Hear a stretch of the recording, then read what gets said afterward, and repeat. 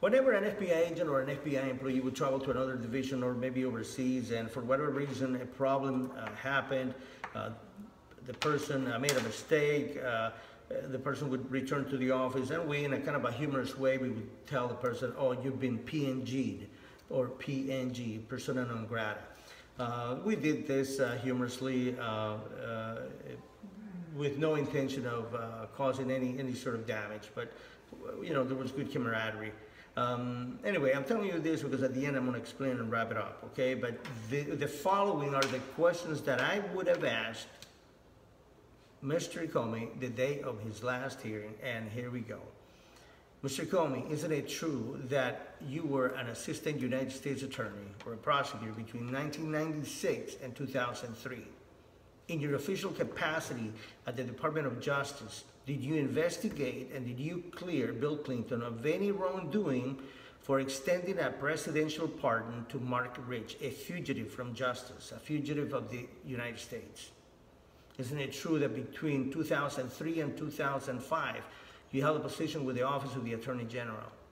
Isn't it true that in 2005, you resigned from the Department of Justice and accepted a job as the Senior Vice President with the Office of General Counsel at Lockheed Martin, a company that is a major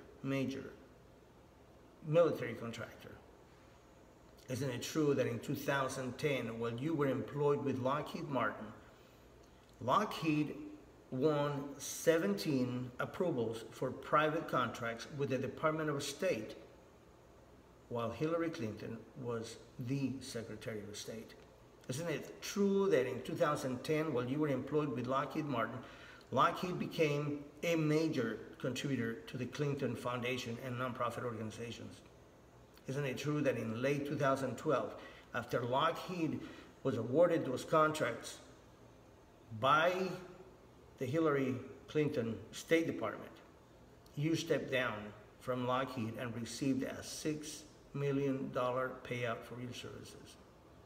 Isn't it true that in 2013, the largest bank of England, HSBC, was being investigated by federal authorities for laundering billions of dollars for the Mexican drug cartels, channeling monies to the Middle East, specifically Iran, which is in violation of law?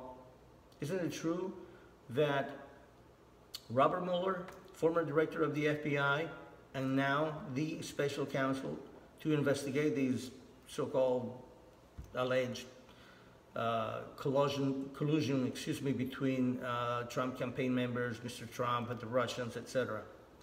Isn't it true that Mr. Mueller was the chief counsel at HSBC, the same bank that was laundering money for the cartels, the Mexican cartels?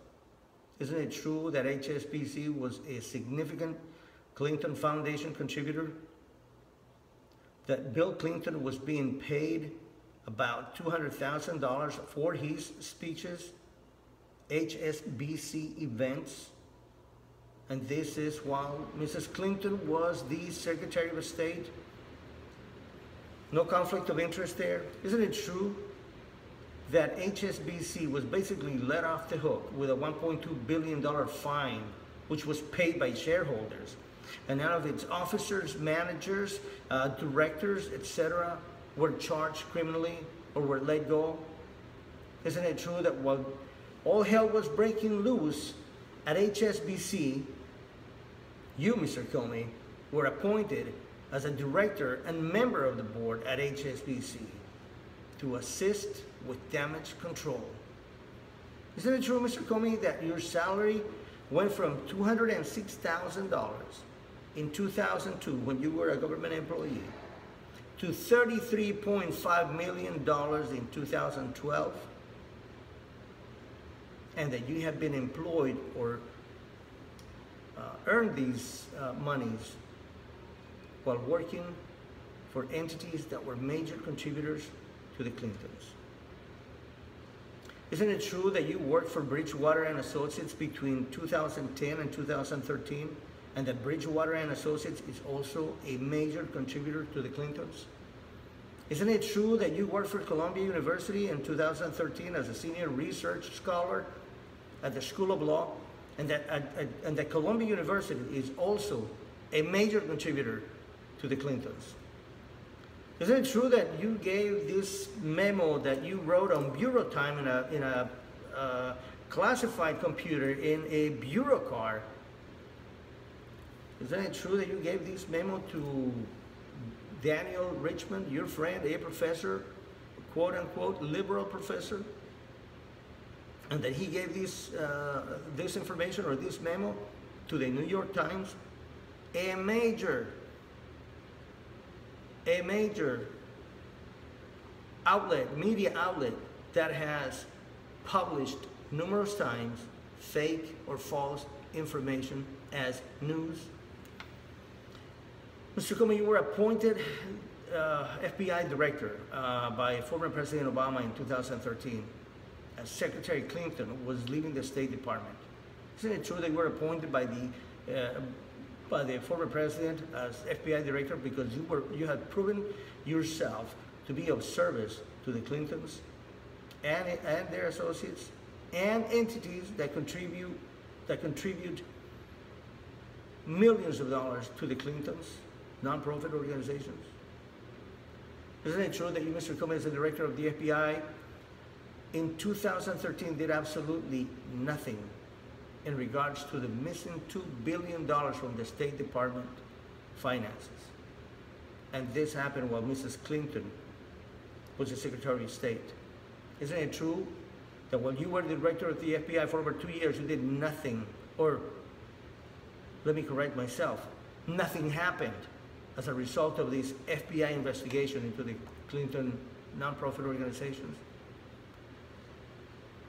If it had not been for the emails that were leaked, the emails involving Mrs. Clinton and associates, all this would be unknown to the public, unknown to everybody. But these emails were leaked. We know what happened. And fortunately, the truth is coming out. More questions. Isn't it true that Mrs. Clinton and other subjects of the investigation were never read or were never advised of their Miranda warnings? In other words, Form FD-395, Advice of Rights Form, which is used by FBI agents during interviews. This form was never executed. And I learned, I don't think I'm wrong, correct me if I'm wrong, you're the attorney, but you execute this form if you are interviewing someone that is under custodial interrogation, or when you have a reasonable belief that the person has committed a crime or is about to confess the commission of a crime. This investigation was botched. Blackberries destroyed. Servers, hard drives, cleaned, and 30,000 emails never turned over. All kinds of things. Remember the July 5th press conference that you held, where you listed a whole bunch of violations committed by Mrs. Clinton, but you said that there was no criminal intent, that no prosecutor would prosecute, there was no precedent. Many attorneys in the government totally disagree with you. You stepped out of line, sir. You stepped out of line because you don't decline prosecutions. We don't decline prosecutions, or the FBI doesn't decline prosecutions.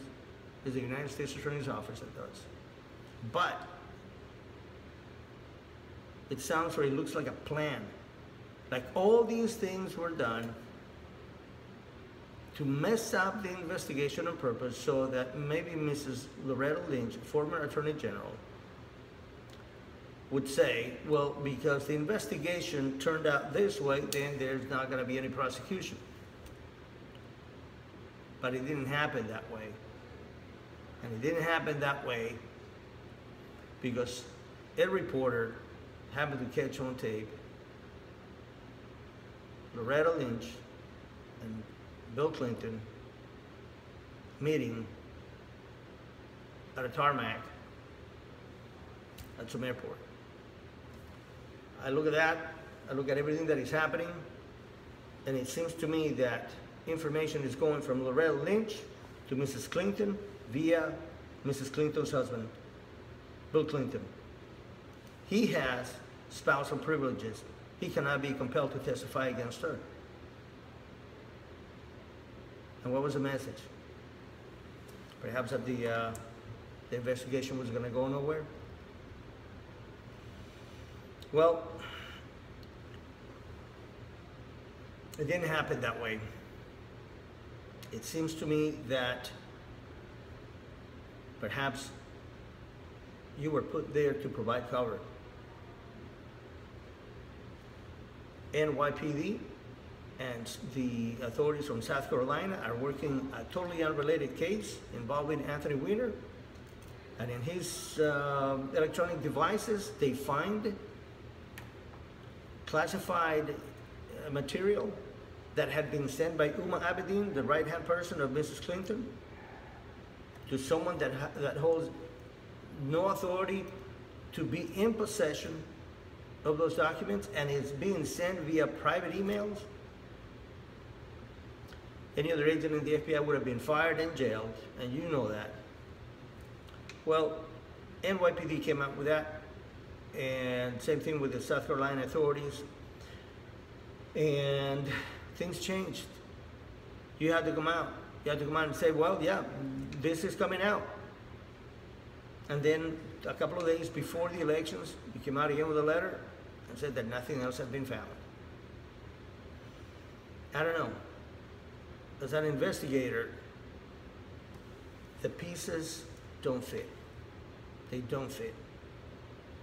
Had Mrs. Clinton won, you would have continued to be the director of the FBI, and perhaps those investigations against the Clinton Foundation or the nonprofit organizations belonging to the Clintons would have gone nowhere. Do you ever wonder why Christopher Wray, a man that is not an expert on terrorism, he's an expert on white-collar crime investigations, has been nominated to be the new FBI director? Maybe he'll follow through. And by the way, I'm a retired agent of the Federal Bureau of Investigation, not the Federal Bureau of Matters. So going back to the beginning, do you wonder why your dismissal was done in the way it was done while you were 2,337 miles away from your office? You know, that happens to agents that have engaged in misconduct. They bag the desk, quote unquote, they bag the desk, you know that term, when he's away, so that they can get to any evidence he may have in his computer, communication equipment, notes, journals, etc. I think President Trump already knew what you were up to. I think he had an idea, maybe even inside info. Who knows? I don't know that, but that's what comes to mind. And that's why he kept on telling you, oh, I hope you stay, oh, you're doing well. But there was a plan behind that. So with all these things that I have said, and the things that I have said in previous videos, all I have to say at the end of this commentary is, Mr. Comey, you have been PNG'd.